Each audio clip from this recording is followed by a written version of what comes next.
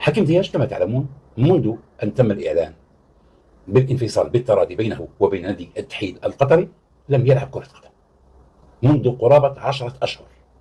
منذ بداية السنة لم يلمس كرة في أي دوري لكرة القدم أو مع أي نادي.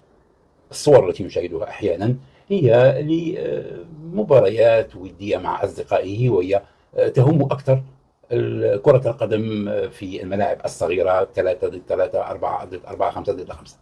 ولا يعني ذلك إجراء حكيم زياش للمباريات التقليدية الكلاسيكية التي نعرفها. ليس له نادي، توقف تماما عن النشاط على أعلى مستوى حينما كان بالطبع يمارس في أياكس أمستردام أو في تشيلسي، أو حتى حينما ذهب إلى تركيا، أو حتى حينما ذهب إلى قطر مع نادي الاتحاد. توقف نشاطه. ليست لدينا أي فكرة حول الحالة البدنية، الحالة الصحية، الحالة الفنية لحكيم زياش. لم نره، لا نستطيع ولا يستطيع أحد في هذا الكوكب أن يعطينا فكرة واحدة حول المستوى الذي وصل إليه حكيم زياش في غياب أي تنافسية، في غياب أي حضور مع أي نادي في أي دوري في العالم. وإذا به نسمع بأن الوداد توصل إلى اتفاق مع اللاعب وأنه سيأتي الأسبوع القادم إلى المغرب.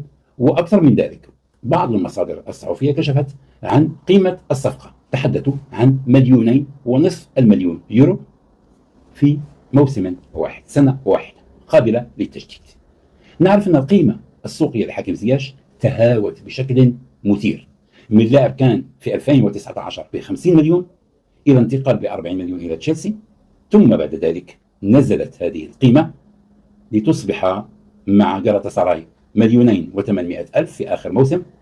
بعد ذلك القيمة السوقية حاليا في موقع ترانسفير ماركت هي 3.5 مليون مع كثير من السخافة. واليوم يتم الإعلان عن توقيع ب 2.5 مليون. أمانة لاعب توقف عن ممارسة كرة القدم 10 أشهر لا يمكن أن يكون بهذه القيمة، يكون بقيمة أقل أو ربما يذهب بالمجان، لأنه هو المستفيد. سيعطيه النادي فرصة لكي يبدأ نشاطه ويستأنفه من جديد. ولكن نحن نعرف حالات غريبة تحدث في عالم كرة القدم. المهم أن هناك انتظارات بأن الأسبوع القادم سيتم تقديم حكيم زياش لاعبا للوداد. لماذا؟ لأنه أول لاعب حر لا يخضع لمقاييس الميركاتو الصيفي والشتوي وإلى المواعيد المحددة. ولكن إذا كان أنصار الوداد ينتظرون بأحر من الجمر مجيء حكيم زياش ليكون لاعبا لفريقهم يحمل القميص الأحمر الكلاسيكي، فإن هناك علامات استفهام تطرح حول مستقبل حكيم زياش، حول موقف حكيم زياش، ووضعه القانوني في المغرب. اليوم هناك ترحيب بمجيئه للدوري المغربي، ولكن الناس نسيت أنه يوم 22 من سبتمبر من العام الماضي